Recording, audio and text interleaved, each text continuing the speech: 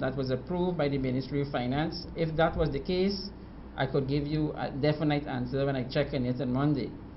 I could say, yes, the money is there, it's available, and work could be started, X, Y, Z, and so on. So you could get precise information. Presently, or shortly, we will be commencing the preparation of the 2019 national budget. And so, if this was not in budget 2018, I'm going to request of the minister and the ministry if provisions could be made for the inclusion of that road in budget 2019. That is if it's not already catered for in 2018 budget. So I will have to do some homework to answer your question. So definitely I would not say yes, we come in and do the road or what's that. There's so much things that this administration is doing, so many roads. Matter of fact, what I may need to do on this program is to commence the program every week with some of the activities that this government have done in relation to roads, with relation to infrastructure. And not too long ago, I believe it was yesterday, you heard the Honorable Minister Patterson, David Patterson, speaking about his investment in renewable energy, where he's promising to produce 30 megawatts of renewable energies. So he will be using solar, wind, and hydro to achieve this 30 megawatts of renewable energy. And these renewable energy, of course, it will be stationed in the new towns that was created. And so it's the 3 new towns, and also indigenous communities will be benefiting from renewable energy. So this is not no short order. It's a very tall order. It's very expensive. So money will have to be provided for those activities. If it was state funds, if it was the multilateral funds like the IDB, if it is the GRIF funds, or if it is the International Solar Alliance funds, which the International Solar Alliance had pledged $15 million towards the project of solar energy, and those will benefit specifically indigenous communities. So government is have a mix of different sources of revenue. It have its own revenue, is borrowing, is having grants, and they have to put it towards many other projects. What I could say to you as a minister and a minister of finance, my interest will be, I know you have issues, roads, you have drainage, you have flooding. I would like you to say the roads, the bridge, the revetment, the culverts, the sea defense that we already had constructed, if it was constructed properly. Now I need to go after those things. If I could save money from contractors that are giving us, bad work, I could have monies to go into other areas and do other things, more roads. So I'm looking at value for money. So if you could say to me, look, we constructed a road in this area, that area, region 6, region 5, region 2, region 1, whichever region, region 7, region 8, and you could say to me the road was not properly done and it start to show signs of defects. I will happy to investigate that and to go after those contractors and engineers. As you know, at the last cabinet, I presented the response, which we call a Treasury Memorandum. After the Public Accounts Committee would review the Adjourned Report of 2012, 13, and 14, the Ministry of Finance have 3 months to respond. Now, we responded to a PPP government audit report. So we diligently proceed to respond to the report, and I could tell you it was not nice in terms of what the General wrote about the performance of the PPC administration 2012, 13, and 14. And so we want to guard against those things. Coming in 2015, we inherited those deficiencies. And yes, in our period of government in 2015 and 16, those things manifested itself. 2015, 2016, 2017. But we are in a daily battle of weeding out those incompetence of senior government officials and other officials, and maybe some act of corruption still following through from the previous administration to this administration with contractors and officials. So that is what I'm interested in. When I'm on this program, if you call me and say, Minister Sharma, look, the government built a road in this area and it's cracking. Don't wait for the road to finish. If you think the contractor is not compliant to the bills, the quantity, you call me. Right? So this is what I want. So I could have more money available to fix those important issues. Hello. Yes, welcome. You're on the Voice of the People program. Yeah, a pleasant good afternoon, Minister, and Mr. Sharma for for the years the television station have been on the air. 26 years is a pretty long time. I must congratulate Mr. Sharma, yourself, your mom, and all the staff for giving the Guyanese public, especially those in the reaching areas, to share, to highlight their plight, to share their views, etc., etc., etc.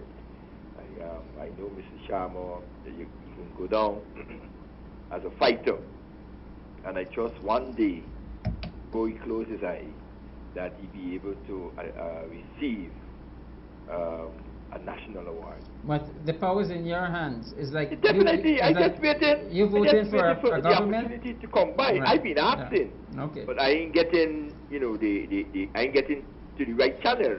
Okay, maybe you're on the right channel. What I'm going to do, no. if we get a form and as person visit the television station, they could write in the name. There's a procedure to do that. At least a lot of people don't get the idea. So at least as early as next week, people can start to make the chattings and try to see how best for the next go round that his name is at the top of the list. Thank you. Everything will go right. I just want to mention though, the public service will be having a big domino competition for all workers at the Ministry of Agriculture canteen on Friday next, where the various ministries will be vying for the Prime Minister trophy. And I trust that by sometime this coming week, we'll be able to get the third prize trophy from you yourself as the minister as the junior minister of finance. We still want to have the second place and the third place trophy. We're still waiting, and we try to get some of the other ministers to come on board. But the competition is definitely on this Friday at 5 o'clock at the Ministry of Agriculture canteen. Is the pre-fathers inter-ministry government agencies knockout domino tournament. Thank you very much. Okay, I know Ministry of Finance have a good team, so I will speak with the Finance Secretary, Dr. Butts, to see if he could avail himself to... Definitely. A letter was sent already to him. Right, so he could donate a trophy. Yeah. You know, the minister don't touch money. If it's any money, it's my personal money, right? So I have to go to the accounting officer, Dr. Butts, and say to him, yes, I'm asking if you could please provide a trophy. Is this third place trophy? Yes, yes. All right. All right. Go back. You know the cost of it? Pardon me? You have an idea of the cost? About $10,000. All right. All right. Good. Good. All right. Yes. Not more than $10,000. You're very generous. Thank you. Okay. Yes. Thank you very much. James Lewis is the name. Okay. Thank you. Okay. Yes, Mr. Rama. Very interesting. So a lot of these roads I have discovered come under the NDCs, and they're not being looked after. The reason for that is because the opposition has a policy of boycott and sabotage. It's a very irresponsible act. You see, when we were in the PPP in the early 70s, we had that kind of policy, boycott and sabotage. We are living in a modern society. The things you do for people, if you're responsible, remember these NDCs, that they boast about, they have the majority of the NDCs under their control. But then the thing is that people need to ask him, if you have those NDCs under your control, what development is taking place for the people in those NDCs? And those are something that we need to check, so that when we come to the next program, you have an understanding of monies that were allocated to those areas and have those work being done. Because, look, Yes, I hear you loud and clear, and so the viewers and listeners should understand what Mr. Ram is because saying. everything is that, blamed on the central is government. that there's a decentralized system. So, as the caller said, the minister went in there. I don't know if the minister was responsible for it. If it's a new scheme coming under the district community, they will have to set up the infrastructure. If it's a scheme that was handed over, the NDC will be responsible for that, the maintenance of those infrastructure and drainage and other services for that community. So that is what he's speaking about. But what I'm saying, as the Ministry of Finance, I could also find out exactly if it's the district communities, the RDC or the NDC responsible for that road, and ensure that they put it in the budget and ensure that funding is approved for it. So I personally will take a walk into the community. It's a community which know me well.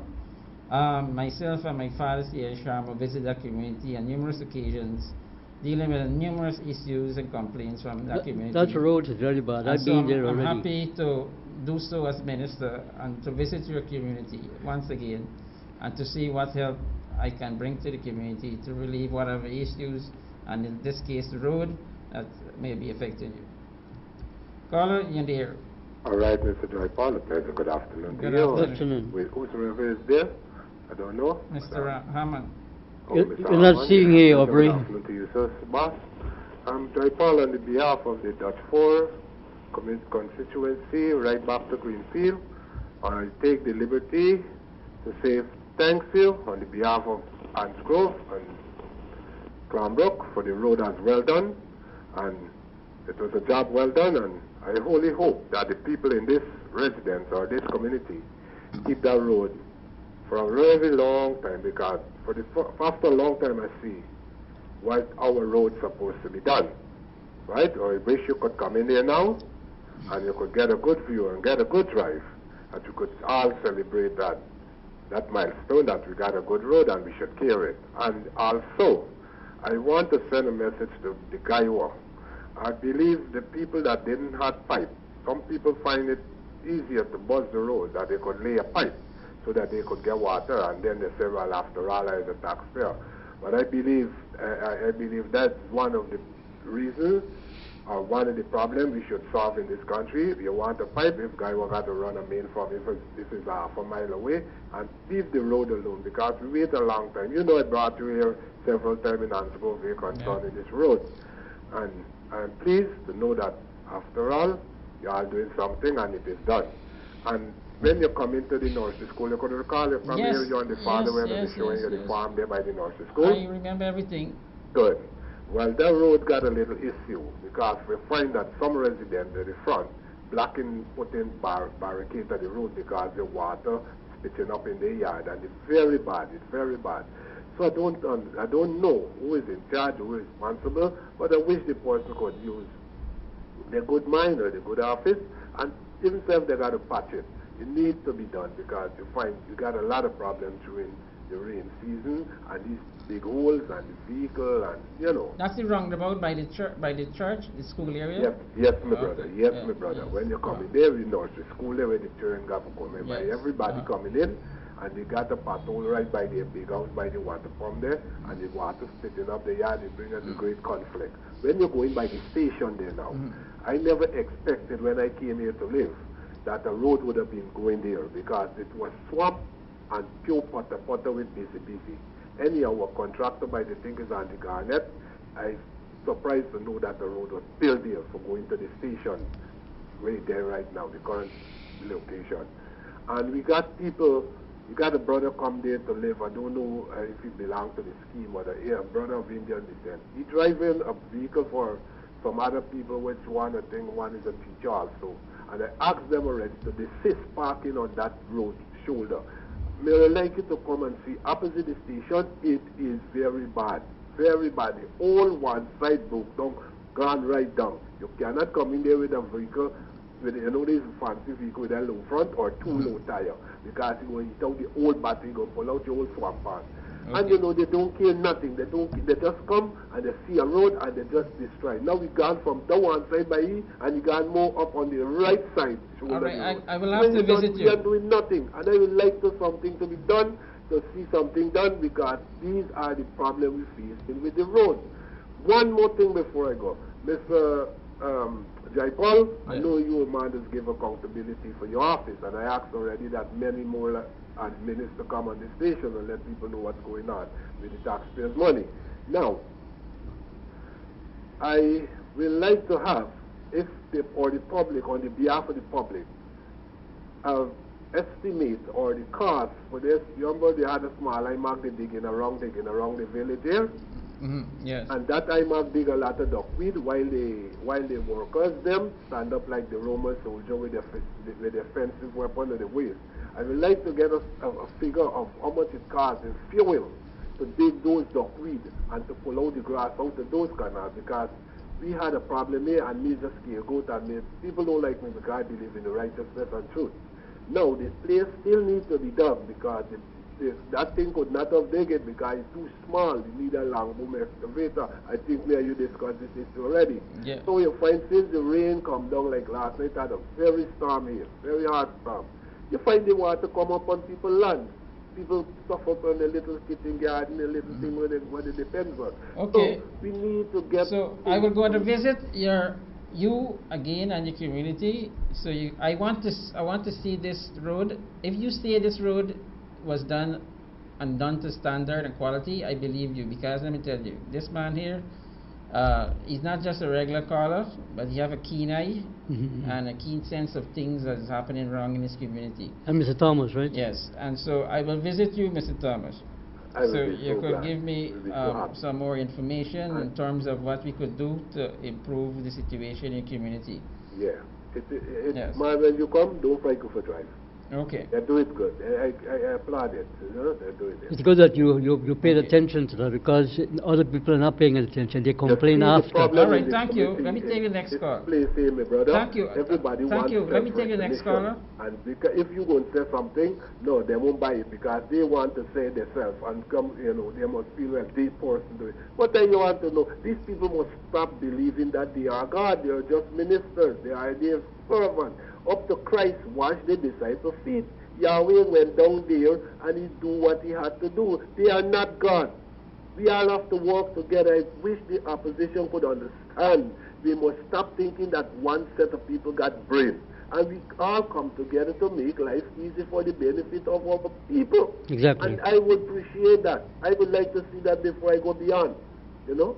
Thank I you. would like to see that come together, one people, one nation with a destiny. Okay. Not one people, one nation with two parties pulling and fighting against Keep up your each good other. work, Mr. And Thomas. the or what is they now fighting because he feel that he could get in because Thank he you, bombarded thank you, the thank CNC and the... But if we all come together, and work for the benefit and the good of this country, we will once be more than the bread basket. Thank you, Yes, Mr. thank you. Thank you, Mr. Thomas. So Thanks. Mr. Thomas spent about almost 7 minutes speaking, so I apologize to the other callers that didn't benefit from the program. However, I'm getting private callers, and I will not take private callers because I don't know what will come out of their mouth, and so I don't want to take that chance to do that. So I'm going to say, look, to Mr. Thomas and many other people, as I said here, it's simple. I can't, as the minister, one of the minister of finance, to give the Ministry of Communities or the Ministry of Infrastructure every single thing they want. It's not the Ministry of Infrastructure, Communities, or the various RDCs did not come to us with a wish list. If we had to give them what they wanted, the budget wouldn't be $200 and X million. It wouldn't be 267 million and growing because we have supplementary provision. It wouldn't be that. If we had to give them what they wanted, we would have probably had to give them like about $900 billion. And so we can't afford that. And so we have to curtail the expenditures. And so remember this here, it's very simple. If you want work to be done in your community, how do you think the government will get the work done in your community? We have to depend on the money being collected from taxes. And that's the main source. We could borrow, countries could give us, or We could benefit from grants and things like that. And it's the menu of those measures and the mixes and revenues that will go into project. So I would like as minister to give you every single thing you want. But the reality is that there's only so much money available to do so.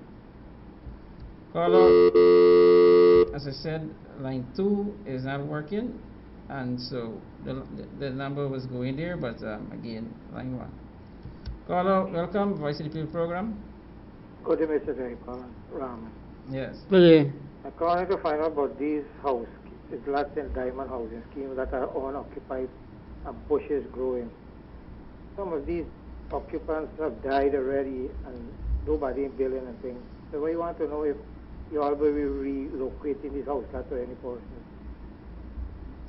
Well, all right, thank you. Look, that is not so easily, it's easily said than done.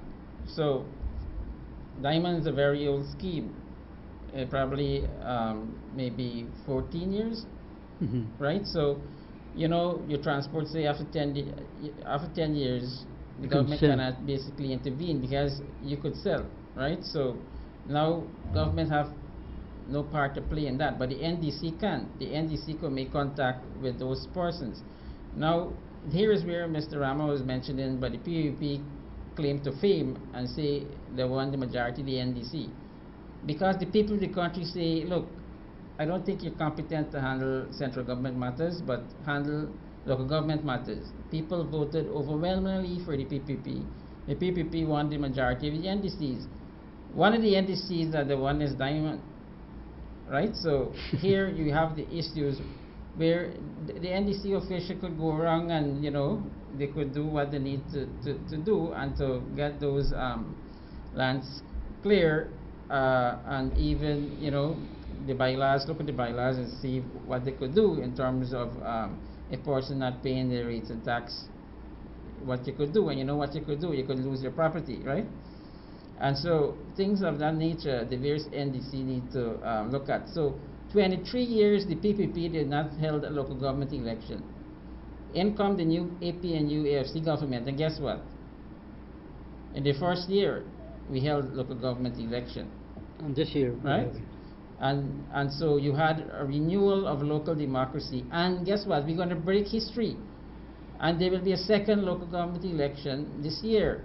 And so we asking the young people, the women in various communities that are, you know, they are working harder than the males.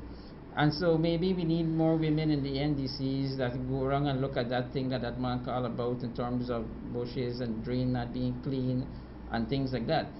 And so we asking for the young people to energize the local government system by participating fully and meaningfully in the process of local government elections. We asking women and young men and particular women to really show what you can do. In local government, you could build your skills. You could elevate to regional level where you could be a regional councillor, and then you could elevate to being a member of parliament, the possibility of minister. So you could grow. You could use it as a means of growing. And of course, you assisting your community in the process. So please, I would like the young men and women of this country to participate meaningfully in the local government election. Choose your party. Choose APNUFC, choose the PAPC, or guess what? You could form your own group. Go independent. You could form your own group, or you could contest there's two aspects of local government election. There's a constituency base, which you call first past the post base election, and there's proportional representation. So if you don't want to form a group, or you don't want to belong to a party, you could go on alone as an individual in the constituencies half of the election. So I'm asking you to please consider the importance of local government election, and this administration pumping a lot of money. It's not easy to hold this election. So it's not like we have money to waste, but we want to ensure that democracy prevail in Guyana once again. So the PUPC, they did not want to hold a government election because of these issues.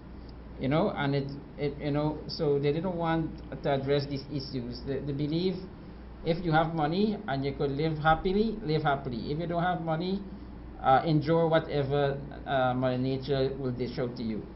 And so we don't believe that. We believe that community should be organized and they should be protected and they should be given services. And the way to be given these things is through a neighborhood democratic council, which you will have once again for the second time an opportunity to elect leaders, councillors, or yourself to be a councillor in an NDC or a municipality or a town, as you See, put it. one of the problems we have, Paul, is a private call.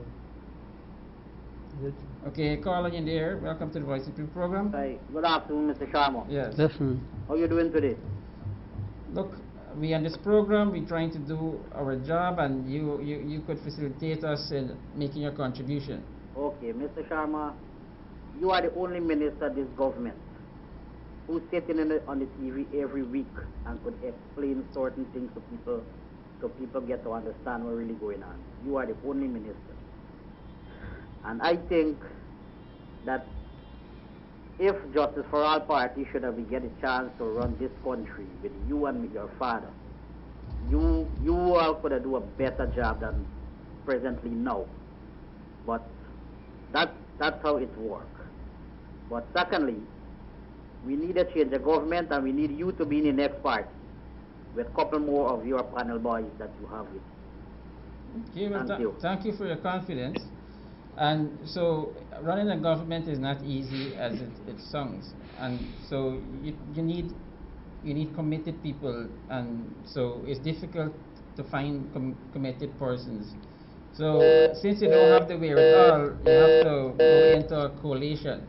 So that is what challenged CN since 1997 when he formed the Justice for All Party.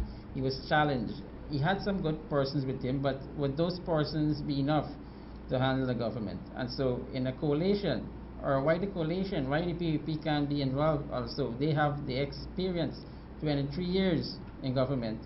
And so I don't want to bring the corruption experience, I want to bring the management experience. And so no individual, no one party may have the wherewithal. Hello? Hello? Yeah, I want to say God bless the PVP. The 23 years when I run past, but this government, EP and AFC, but get a 5 years and still can't do 23 years what the PVP do. So God bless them for that. Okay. And the next election we got him back in power, PVP again. Yes. Victory Okay. again. All right, good. Thank you. That's democracy for you. And You have so, the right. Yeah, that is the You have the democracy. right You to- have the right to vote for whichever party you They want. denied the people 23 years of having local government elections. How could you trust an organization, a party, that denied basic democracy? Don't start me up, Mr. Because because Rohi was on the air saying to the people when he was Minister of Home Affairs that the people are not yet ready to manage their local affairs, that they were incapable of management. yes. Did you remember that? Yes, but I said These don't same start me up people because now, look, they're we have- talking about- we have the leader of the opposition and their leader and their general secretary on his weekly press briefing with the media. I think it's on Monday, and so I'm listening to one of these press briefing briefly because I don't pay much attention, but hearing that he was saying that this administration have the tendency of secrecy. So he's saying we don't want to give the list that ExxonMobil would have submitted to this government on a quarterly basis to show local content contribution in terms of how the country is benefiting from ExxonMobil. So he's saying this government is secret. He never released any of the But contracts. Any other how contract. was a man like him, Mr. Rahman is mentioning contract, but I'm going farther. His wife didn't know she was married to him legally. So You mean she he- didn't have a marriage certificate? He held that as a secret to his wife. So if you go, let's go to the first contract. And the first contract is the engagement, your matrimonial vows. And his wife, what the nation thought was his wife. I was at the wedding. You went to the wedding? I went to the wedding. Well, invited you? Of course, the country was the president was the leader. It was an so- open invitation. and so everyone will go. I was a public servant at that time, so I was happy to attend the wedding, his wedding. So here I was under the impression that Vashni was legally married to him, and he kept that secret to her. She didn't know that. I didn't know that. You mean that he the didn't country sign didn't know that. that he didn't So sign the this certificate? this individual now is talking about secrecy, and this administration not Open and making transparent. public the information that was passed by ExxonMobil to this administration. And he forget altogether, and the people forget that he lied to us. He kept secret that he was not legally married. Worse And so than that, could I forgive him? No, I can't forgive him. Maybe the PVPC supporter, like the guy that called and say he go in and vote for them, he probably like those kind of things. I don't like it. For I, as an individual, to forgive him, he need to apologize. Matter of fact, the entire PVPC hierarchy need to apologize to this nation for every single thing that they've done wrong to the people of this country. So I will not take them seriously until they come and say, look, I apologize for every single thing, and list it out. The sale of the patrimony of the state, they give it away. Look, Suku have an exchange for the foreign minister of finance, and for giving away these things, and so they have to apologize for these things. Have to apologize to corruption. Have to apologize to lying to the nation. Minister is more about than your wife minister. Minister. Not declaring that With and respect, things like that. So I would not take it seriously. And I said to it's Mr. not Rahman, about apologizing. don't start me up. They need to be able to face justice for the Yeah. wrong thing that they have done Thank you. to the nation. Yeah. They have to face the justice system. And what Jagdev is doing is trying to avoid that. Afternoon, Jaipal. Yes, call on you, dear. Now, I don't want the outside to talk with this and I have two questions for us. Yes. I don't know. I want to know this 23 year the government went in power and what they do did it. But CN was so much years he done good what he done. I want to know one thing. For the last couple mornings, I observed on Channel 6, right, that he had a 24-hour service, right? And in the 23 years, the 24-hour service was running, and he had a fast program. And for the last 2 months, as he got advertisement for job, he wants people for work on the same channel. And we have program for Hindu, Muslim, and Christian programs, and all other programs. For 2 months, he advertised in the thing, and they said he got job in Guyana. Is the service running happily now or under the PPP government? How we have that program running for 2 months? Why, you getting program or what really going on? Or in this government, I want to know when it's a one nation, one people, one nation, one destiny, if this government is running one people, one nation, one destiny. And speak the truth. Yes, well, I always speak the truth, So I don't understand what he means about this. I cannot answer for CN and his business. An I'm not advert. part of his business.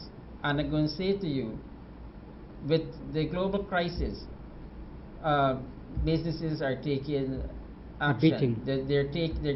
They're looking at things and they're downsizing. Not because of what you may want to blame the government of Guyana for doing. You saw a company of seafood processing company is indicating that they're going to have to lay off staff. But the food processor owner did not say, is the government of Guyana forcing them to do that? International regulations, the people want standards and compliance. That's we right. cannot compete. And so market prices is the issue. And so if you don't have standards, those countries will not take your products. If you can't compete with prices and so on, you can't compete. And you will have to say, I'd rather lose my house, my bank account crash. I don't know. Business people have to make these tough decisions. So you as the individual want to put it as the government, and you're saying, and you insinuating that I must speak the truth by saying CN is suffering somehow. I'm telling you, whatever is happening is because of the global changes globally, Yeah, not but just in Guyana. So here, for instance, we have an issue with what? Fuel, right? And there's escalation of fuel. Fuel price a couple months ago was $215 a liter. Now at Guyana is about what, 230, 235, and it's climbing at the station to 250 gas stations to 250 a liter. Good. You're gonna blame that on us? I know you're gonna want to say, oh, it's the government, but no, that decision there had it impacts or creation since a year ago. About a year ago, I think was May. Was it May? You know, Mhm. and so it compounded. So what was that decision? That decision was the president, no other than the president, not of Guyana, of the United States of America, Donald Trump, saying that look, he's going to pull out of the Iran, Deal. Iran treaty, the Iran deal. He's even pulling out from the North And so- Atlantic Treaty. The And treaty so that with- had implication because by pulling out from that Iran deal, what happened is that he said when he pulled out, he's going to impose sanctions in Iran. which means that the oil will go, the price of oil will Right. go further up, Correct. which will directly affect us. Correct. So, you know, I'm happy that you're following things, Mr. Hammond. And so, yes, and so that decision by that president is affecting the price of oil today. And so, guess what? Oil, when we was benefiting from $50 a barrel, is now about over $90 a barrel, touching 100. When similar action was done in I think it was in 2015. Prior to 2015, similar actions had occurred, and price of a barrel of fuel went to 140 US dollars a barrel. Okay, so when they signed this agreement in 2015, the price of oil dropped. Okay, and so now because the US president, who said he is keeping to an election promise, this was part of his election manifesto that he's going to pull out, and he pulled out, and now it's affecting us. So that His pullout manifesto was effectively in May his manifesto- of this year, and now it's affecting us. So he's also putting sanctions in Venezuela. It may help us, I don't know, but there's sanctions in Iran and Venezuela, and so as president of the United States, he recognized that it will cause some hardship, and he's now asking Saudi Arabia to increase their production by 1,000 barrels a day. Now, Iran used to produce like 2.6 million barrels a day, and I think Venezuela used to do about maybe 1.8 million barrels a day. So if you take them out of the equation, he's asking the next country of OPEC to produce 1 million barrels a day. It would still not be adequate. Okay? So you're going to blame us for this? Is the world will suffer, including Guyana. Minister, I think I want to remind you, you have in front of your desk. Caller, you're in there. Gentlemen, Yes. good afternoon. Definitely. We need the white people back in this country. To do what? To do what? I don't know, probably. To do what? The white people are already here. What do you think Yes, Exxon? Mr. Rahman. What does you think Exxon Mobil is and all them SO and all them I don't want companies to that go, are here? you know, The white people. with white or brown. No, but or what he yellow means or is that black or whatever. we want the we want foreign ownership. We want foreign control anymore. He wants to bring back Britain here so No, they can I don't want continue to. we No, try to the figure out what he's thinking. the Caller, important you're in there. point is this. Hello, caller. Hello, Mr. Yes, Sharper. Good yes, afternoon. yes. Yeah, the black collar call and say you want white people in this country. Uh-huh. Demand me to say No, you want we can't you know, carry on this conversation about a black collar and things like that. We're not good that way, okay? And so, What I was saying you want, about you believe persons from a different geographical location are better. You could say that in management, but they didn't become better because they live in North America. They became better because they followed the rules and regulations. So if you take away the rules and regulations that govern those societies that people of that standard came from and a color came from, they will become as ruthless as any other person from any third world country. They could become more corrupt, they could become more ruthless, But why they're not so is because they abide into rules and regulations that was set in those countries. Also, you know why? They have investments in those countries. They wouldn't want to destroy that. And so they live in there. And so they're going to keep it clean and they're going to ensure that the country continue to progress. The problem we have in Guyana, we don't have ownership. And so you believe, okay, you wake up tomorrow, you could break up the country. That is what happened in most of the, you could say, African countries that they have the turmoil. And so they have all the wealth, and Guyana soon will be getting that oil and gas wealth.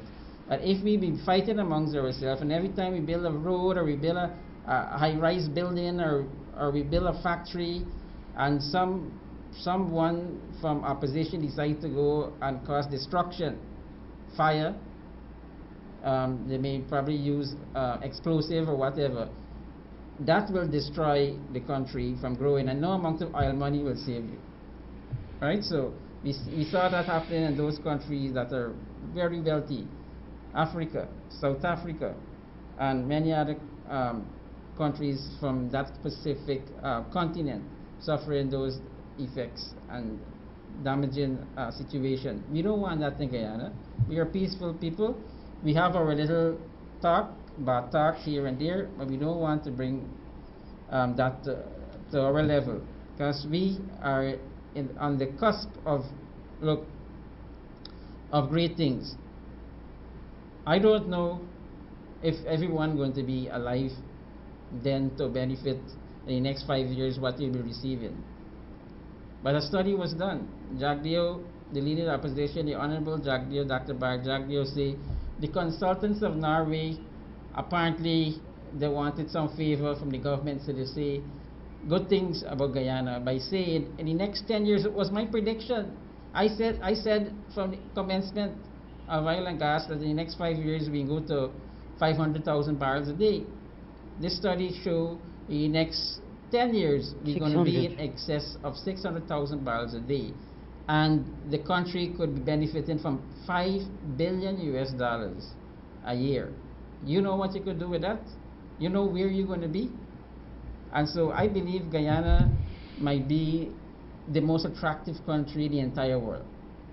But we lost the opportunity when we were buying fuel from Venezuela, the best chance we ever had when we signed this Petro-Caribbean agreement. Maybe you need to talk a bit about that, because you have documents and all these things. The amount of billions of dollars that were wasted. You and the Good afternoon, Mr. Sharma. Yes. Good afternoon. I know you as a fair guy. I hear you say about the 23 years of government to the PPP. What happened to the 28 years of the PNC? Y'all ain't saying nothing about that. Well, you answer that. I don't know if you want to be living in the past that far back.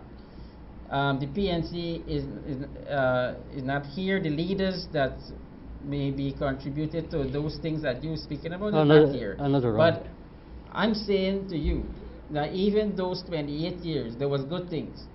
And maybe if the people, as I said, had worked together with the vision of the then Prime Minister and President of that country then, of Guyana then, and of Guyana, things would be better.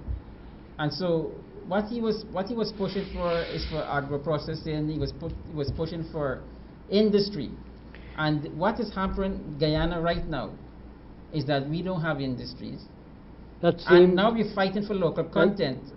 And there's this issue about local content, but you don't know what is local content. And now you have to define what is local content. If we had industries, then you would have real local content, because ExxonMobil or whichever international investors is coming to this country to invest either in the oil and gas and the mining sector would have had industries to choose from. What you giving them to choose from? You give them anything to choose from, so they have no other choice to go out there. So if you had looked at the vision, and I believe the caller is referring to LFS Boredom, and his vision, I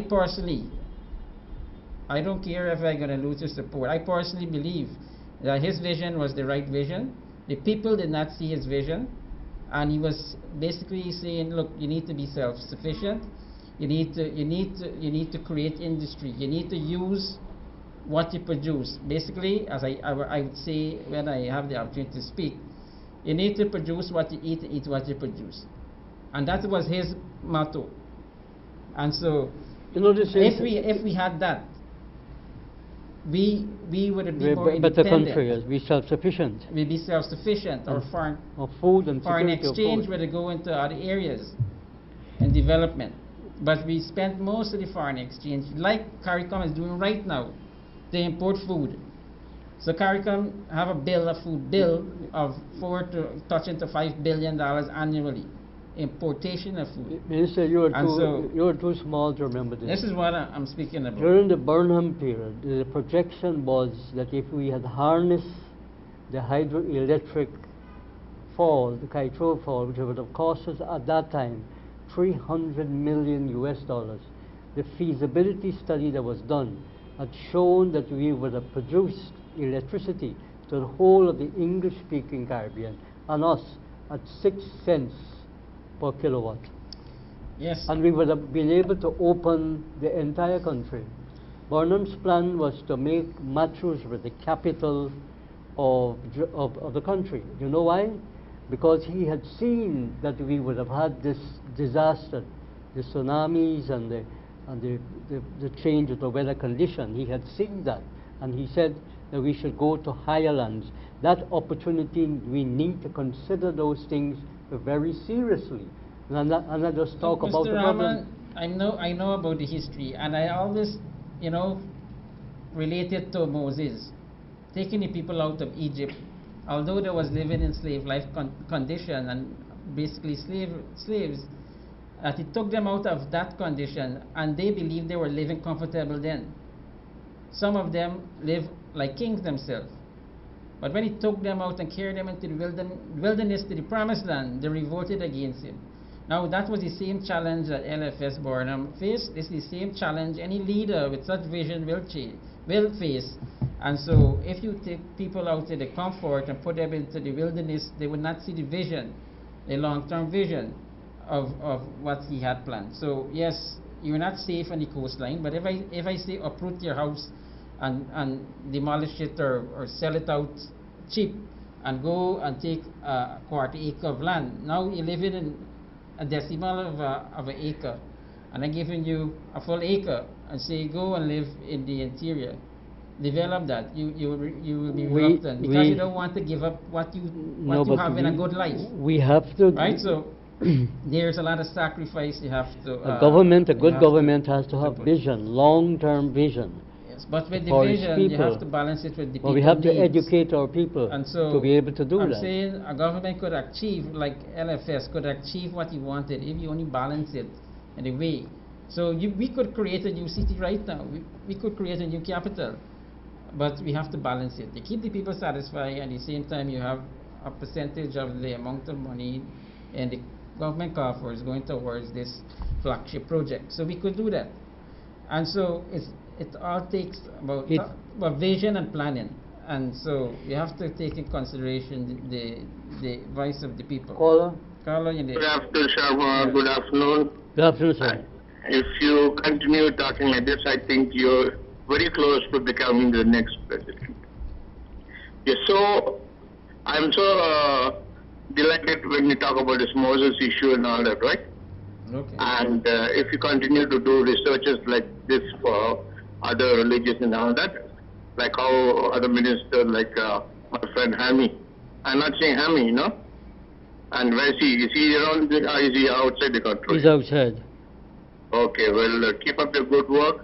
Another thing I want to say, let me just forget the past and see what we have to do for today and tomorrow. Because going back on the past is only create, look how sweet people. When election is done, they shake hands and the opposition give them a hand and pull the country forward. I mean, let me not talk about past 28 years, 95 years. Let me go back and let me start the work. Thank you, sir. Yeah, good, thank you. So, thank you for the support, Carl. And so, was mentioning about external forces and actions and decisions that impacted on us as a people and as a government. One such decision I mentioned was the decision of the President Trump of the United States and pulling out of the Iran deal. And so a next one that affected us, and British government is taking action, is the Rusal issue. And only yesterday we met for the first time as cabinet requested. A 7-member committee met to deal with the Rusal issue.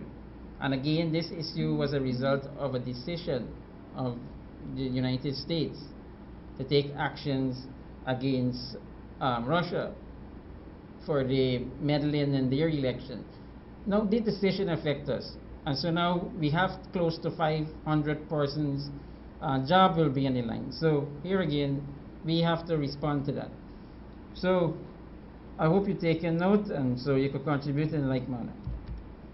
Carla, you're there. Yeah, good afternoon again, Mr. Sharma. Yes. I like how you spoke about the oil prices and all of that, right? But you can recall that during the 23 years of the PPP, right, that similar incident where the oil producing nation cut supply and the prices went up. I think the price went to close to $160 a barrel. Yes. Right? That's and true. the government of Guyana put things in place so to keep the oil price under $1,000. That's the point people are making. Now you're telling people about what that was done with the same oil producing nations when they cut supply and escalate the price. So what I'm saying to you, I have an answer for you. You want to be in the air to listen to the answer. Or you want to speak afterwards? no, I have another follow-up thing before I go. You talk about the 23 years of the PPP. They must apologize for certain things, and so we agree with that. Now, you telling me, Mr. Sharma, in 3 years, this government don't have to apologize to the people for certain things they did wrong? They're not doing it. Like what so? Well, Mr. Rahman, Tell us the someone. people know what they do. No, tell us, Mr. tell us. Sharma know what wrong they do also. You So, tell sir, us what I wrong can't they run do away to from you. it. You're calling on the PPP to apologize. This government do certain things that they need to apologize to this nation right now. So we have 50 forensic Thank audits. you, man. We have No, 50 no, no, forensic no, audits. Forget about the forensic audit for this time. Look, yes, I did forensic audits and so on. So, as I said, I never target any minister. What was given to me was basically a decision to cabinet to go and look into companies and statutory bodies, and so never to no ministry. If I went into a ministry, it's because a whistleblower gave me some information, right? And so the caller issues that, yes, the previous government, what they used to do, they used to reduce the excise tax, right? And so in reduction of the excise tax, it used to cushion the impact of the increase. And so they used to also use Guy Oil, the state oil company, to say, we're going to sell at a certain price, as the caller mentioned, not to be above $1,000. Okay? Good. So everything the caller say is correct. That is the truth. That is the gospel truth. There's nothing wrong with that. We have a problem. And the problem is we didn't reduce the excise tax. And that was for a reason. Right? And so we need revenue. How we think we get the largest budget ever? How we think you get that? So if we had cut excise tax, we are building this road. We're getting money to improve the healthcare facility. We're getting money to deal with agriculture issue. We're getting money to deal with infrastructure issue. We're getting money to do anything. Now, guess what? We have to pay the 4,000 plus redundant sugar workers that we paid that 50%. We got to give them the next 50%. We have to give them $2 billion in the next couple of weeks. Where are we getting money from? You know? So, yes, as a government, we explored what could be done to ease the situation. The Minibus Association, they met with Minister Patterson. Minister Patterson said he's going to address it. Maybe we deal with them, you know? And so, Minister Patterson will be exploring what is their demands, and instead you deal across the board with dropping the price of fuel for everything. You deal with how we could give subsidies to them. So you can reduce the So cost they of transportation. could reduce the cost of transportation to the ordinary people. those that could afford it continue to pay. And those that having difficulties in paying the present fuel price will have to take measures to conserve. Instead you go driving and partying and so on, you stop that. You're not doing it for the government, you're doing it for your own pocket. When I got involved in politics, You set priorities. I resigned from being a public servant. I was out of a job. And you know what I did? I had my house in Diamond, I closed it up and I went and lived with my mother. Because I said, in doing so, I don't have to pay light bill, I have to pay the water bill. Light bill, I'm going to pay a small amount. I still pay my water bill because they used to estimate it, they had no meter, so I couldn't run away from that. But in terms with food and things like that, I saved. Transportation, and then I had to drive from Diamond. I just was a stone throw away from where I was working with my father at this television station.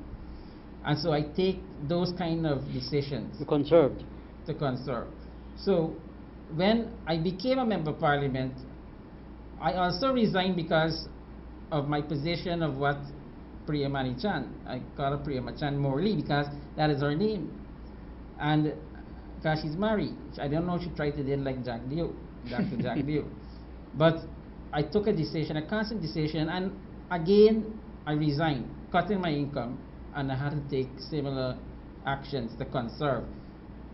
Persons would donate things to me, I benefited from. Like food, they give you so a little change here and so they see you walking on the road and things like that. You know, you make changes to your lifestyle. And so don't depend on the government, because if I being one of the Minister of Finance, support the Minister of Finance and say reduce the excise tax, and then we in a deficit because we don't have money to pay those redundant sugar workers who badly want the $2 billion. Caller in there. Hi, a pleasant good afternoon to both of you. Yes. Good afternoon. All that you're saying, you know what the layman wants to know in Guyana right now? I listened on the radio and Mr. Vera said that the reason why he lay off 400 of our women is because this government failed to sign the paper giving him that what is needed for I think he retracted. Listen to me. He retracted his statement. I'm a layman in this country. Listen to me. He retracted what his we statement. want to know, we put you guys there to fix. We don't want to know the nitty-gritty. We want to know that jobs are available. I want you to tell me what will happen with the 400 women, most of which are single women. What will happen with the sugar workers? They start take off a talk. Not them fancy thing where you explaining to people. We want jobs. Yes, and I understand your frustration, and you have a right to that level of frustration. Look, that's the private industry.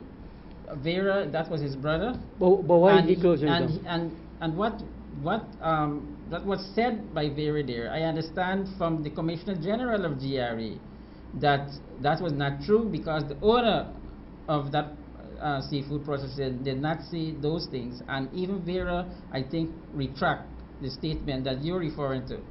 So I did mention the challenges, and that's a private industry, and so I must congratulate that particular company, because with the deliberation with the union, GAU, that the compensation package was very generous. So they actually was going to pay to the workers above and beyond what the workers was actually entitled to. I must congratulate them. They even went the extra step to see if they could secure jobs for those same female workers in other companies that still in food processing, so the skills could still be used. And that's the synergy I say we want in this country. If we only had one food processor and we had down that industry, not we, the companies have taken a conscious decision to downsize or to come out of the business, where would that worker go? Now there's many other food processing, so one is no longer there, they move over to the next. And so that was the problem with the sugar industry, because sugar workers, the manual laborers, and the cutting cane and the plowing and doing land husbandry and so on. And so where would you find them where you would find employment for them when you laid them off, and when they're no longer, an industry could no longer be sustained? And that is the difficulty. So when we create the industry in the country, we need to have these linkage. We need to think about if one should close, how the staff of the workforce could Are affected. gravitate to the next industry. Then you have And to so, have and so you asked about how we're going to deal with the fallout from the sugar Gaisuku. industry, the right sizing of the Gaisuku, and that will be dealt with when we evaluate those proposals of companies, international and local companies that have interest in the estate and in the lands, and in the factories of those former sugar estates, Gaisuku estates. So when these new companies come on board, where they will get their workforce from? They can go to Venezuela? No, it's right in Guyana. And so we're hoping that they stay in sugar. But you have your leading opposition saying, you bring in issues like to the table, oh, Gaisuku have the monopoly in sugar, so how a private man could go and operate sugar? Where he going to sell his sugar to? Let me tell you. No, but he created that monopoly, Guy Paul. Sugar is not the only product you could produce on sugar cane. And so those companies going to come with the proposal which we're going to look at.